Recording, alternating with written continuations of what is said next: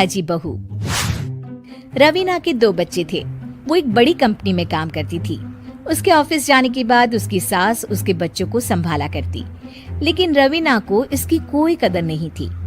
एक दिन रवीना अपनी माँ से फोन पर कहती है, मम्मी क्या बताऊं, मेरी सास तो बिल्कुल अच्छी नहीं है। वो समझती नहीं है कि मुझे कितना काम करना पड़ता है। एक तो ऑफिस तक का लंबा सफर और फिर 9 घंटे लगातार काम।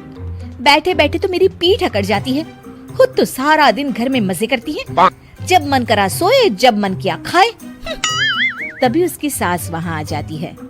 अच्छा माँ, मैं बाद में आपको फोन करती हूँ। जी मम्मी जी, कोई काम है क्या आपको?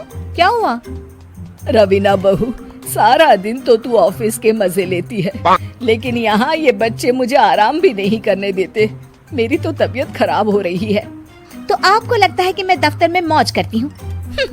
आपको क्या समझाऊं, छोड़िए। माँ, काम करना भी जरूरी है। मजबूरी नहीं होती तो मैं खुद ही अपने बच्चों को देख लेती। अब आज तो छुट्टी है ना, आज तो कम से कम घर का काम कर ले। बहू काम शुरू करती है। बच्चे के साथ काम करना उसके लिए असंभव हो जाता है। वो जाकर बच्चा सास को देती है और कहती है, मम्मी जी जरा बच्चा तो पकड़ लीजिए, मैं घर का काम कैसे करूं? जैसे मैं करती हूँ रोज बच्चे के साथ। तुझे बताऊं तो तू सोचती है कि कोई बड़ा काम तो है नहीं, बच्चा तो सोता रहता है। अब देख लिया। खैर, बस मैं यही तुझे समझाना चाहती थी। ला, बच्चा मुझे दे और काम कर। बहू मुंह बनाकर वहां से वो मन में सोचती है, बात तो सही है, बच्चे के साथ घर का काम करना असंभव है। वो किसी तरह काम करती है और अगले दिन ऑफिस के लिए निकल जाती है।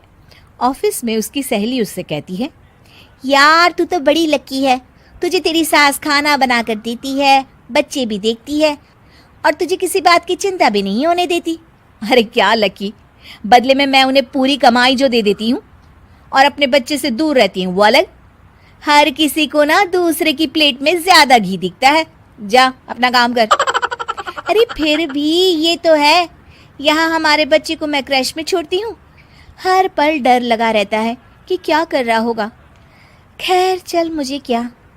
बहू घर आती है तो देखती है कि उसकी सास उसके बच्चे को बड़े ही प्यार से खिला रही होती है। वो माँ को देखकर खुश हो जाता है।